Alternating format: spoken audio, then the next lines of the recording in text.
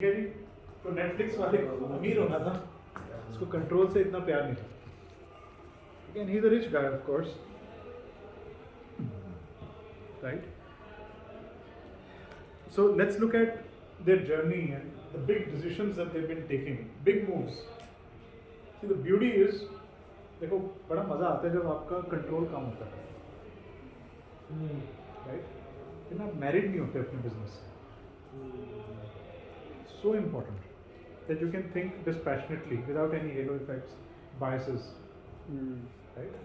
So he founded the company to offer online movie rentals, and then in '99 they debuted subscription services for unlimited DVD rentals for one low monthly. ये 99 की बात कर रहा हूँ मैं, ये कितना साल हो गए, 22-23 साल।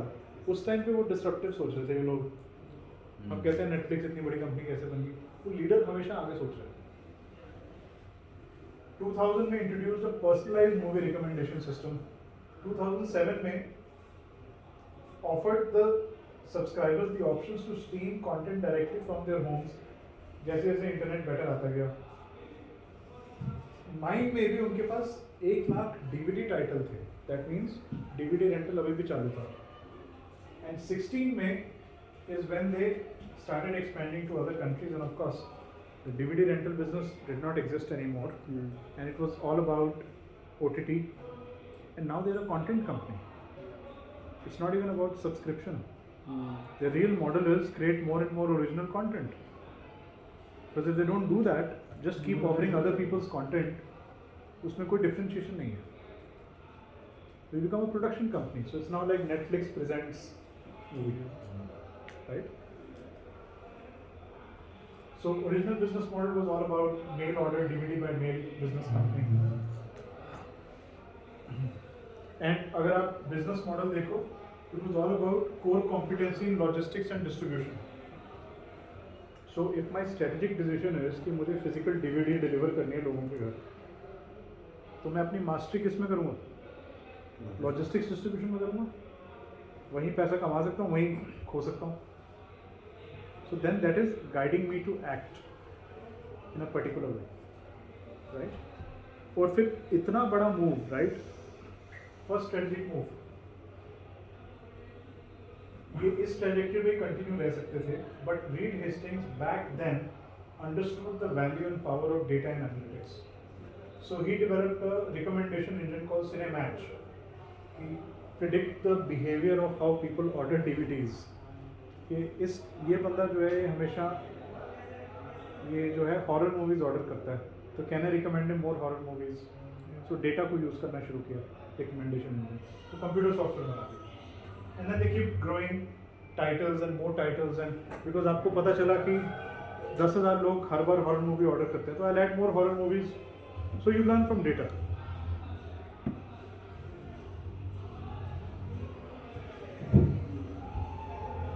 You see, Netflix transformation cycle for DVD by mail was all about disruption of physical stores. So पहले physical stores होते थे, सबसे पहले उन्होंने कहा by mail करेंगे। Blockbuster was their competitor, and but they had physical stores. इन लोगों ने ये disruption realize नहीं की, तो ये हमारे साथ कई बार होता है। जो सबसे बड़ी कंपनी होती है, आप BlackBerry और Nokia का एग्जाम्पल दे रहे थे, you became big because you took the big decisions, but after you become big, you do no longer take the big decisions. Now you're scared. जैसे एप्पल ले रहा है, पीछे वाले ले रहे हैं, बट वो वहाँ नहीं था। आपको हमेशा कॉन्स्टेंटली ये लग रहा है कि यार अगर मैंने कोई बड़ा डिस्ट्रप्टिव डिसीजन लूँगा तो मेरा एग्जिस्टिंग बिजनेस डिस्टर्ब हो जाएगा। ऐसे वो यूनिलीवर वाला भी केस था।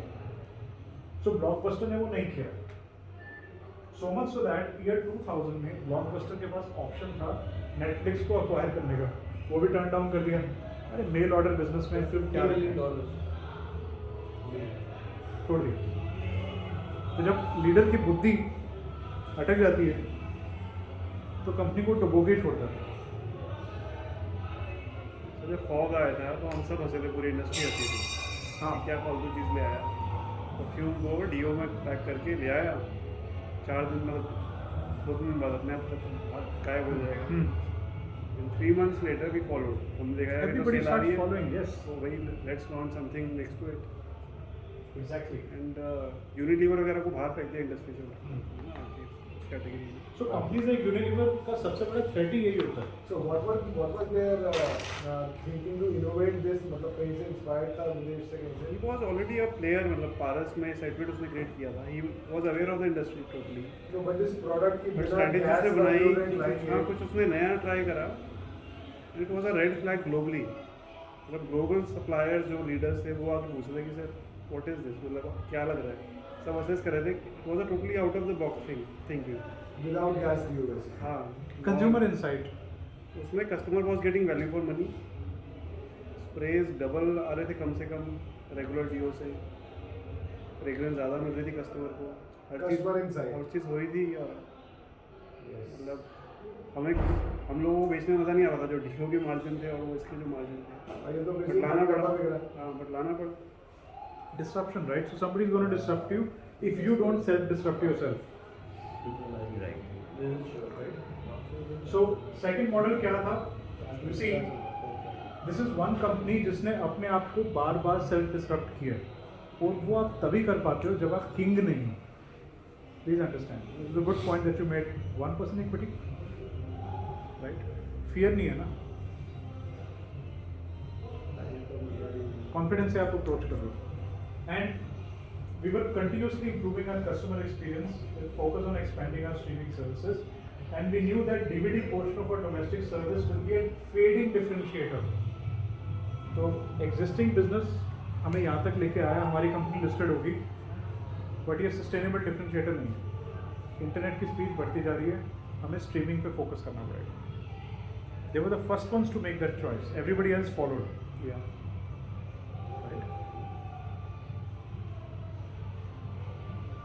So what's the main message? A rare company that could abandon its traditional successful business model. So DVD by mail distribution to embracing a new business model, becoming a leader. And past success is no guarantee of future success. Transformation leadership is about preserving the core while creating the new. And that's what you keep doing.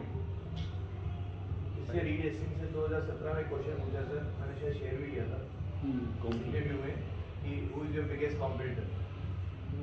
He said Sleek. Yeah, exactly. Yeah. So he's on to that. Right? So slightly bigger visionary stuff. And of course, now is another level of disruption. Again, self-disrupting.